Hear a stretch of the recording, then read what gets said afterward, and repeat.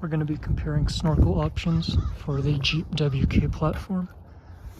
This is a purpose-built platform snorkel versus Retrofit, which is this one, just for a 9807 Toyota Land Cruiser. This one costed $80 on Amazon, and this one costed $400 to $500, if I remember correctly. Both of them are going to require you to cut a little bit of the inner fender bolt.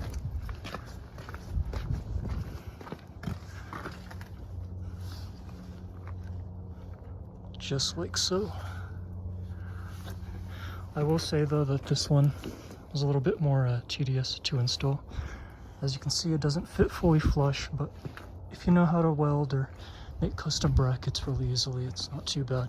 This one's cheap aluminum, but it hasn't failed for the past 3 years I've been running it. It's really sturdy, but for definitely peace of mind, I would definitely choose the platform purpose-built snorkel. They both make wind noise, so there's that for you. They're all airtight, though I think this one I would trust a little more for deeper water fording just because it's platform based. Whereas that one, I have done some pretty deep water stuff, but in terms of having like an actual full seal being submerged for more than like a minute, I think I would trust the platform based one. But when we're talking about literally just a piece of plastic on the end of your Jeep, it depends on what you want to do, I guess. So if you want peace of mind, easy installation, definitely go with the Safari Airflow Snorkel. I think they're based on Australia. I had mine shipped from Rocky Road Outfitters for about, like I said, maybe 500, 400 range US dollars. Has not been bad. And one thing I will say though about North American, I'm not sure if this is just for the North American spec WKs versus the WHs, but I had to make a custom platform here. The end cap that's supplied in the actual Australian Safari Airflow kit is a circle, like a literal circle. But this, I think North American spec airboxes might be a little bit different.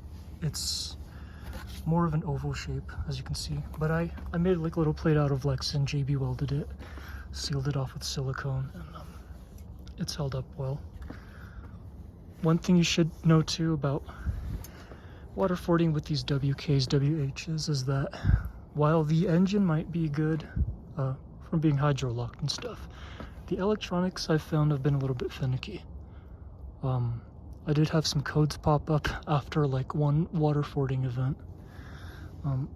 P0, I have to remember, but it's something about like the oil pressure light or something like that. And luckily I have a tuner to delete non-emissions related codes, but there have been electrical issues that have popped up. So while your engine might be good, snorkel and everything, it's not exactly a perfect solution for the electronics. That's a whole other issue that you're gonna have to be able to deal with.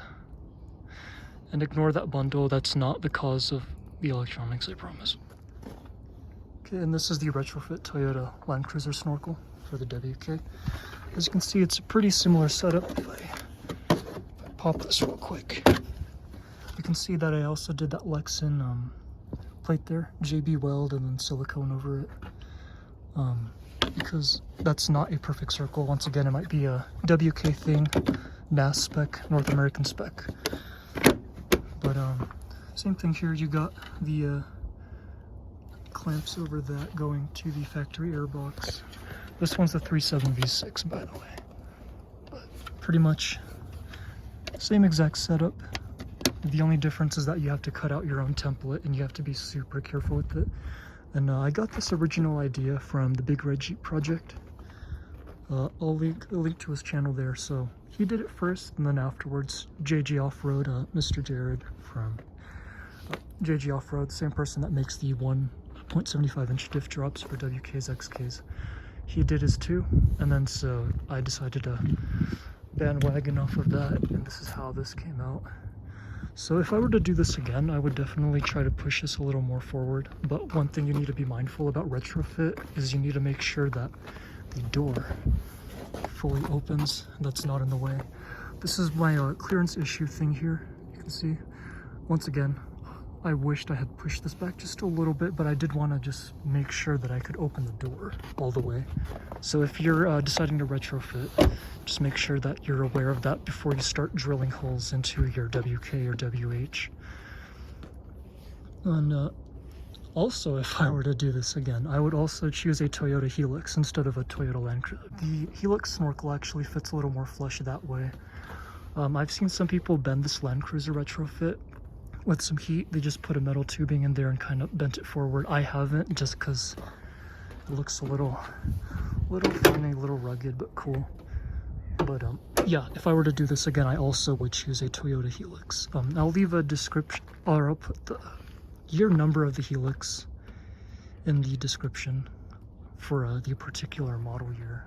That would make this fit better. But otherwise, it hasn't given me any issues. You can actually hear the engine breathing if I were to put the phone right there. It's actually really cool, but I think it's better than a cold air intake. On top of Land Cruiser, Toyota Hilux, I've seen people also use Snorkels for Isuzu Max. It just sits a little bit here and then out there.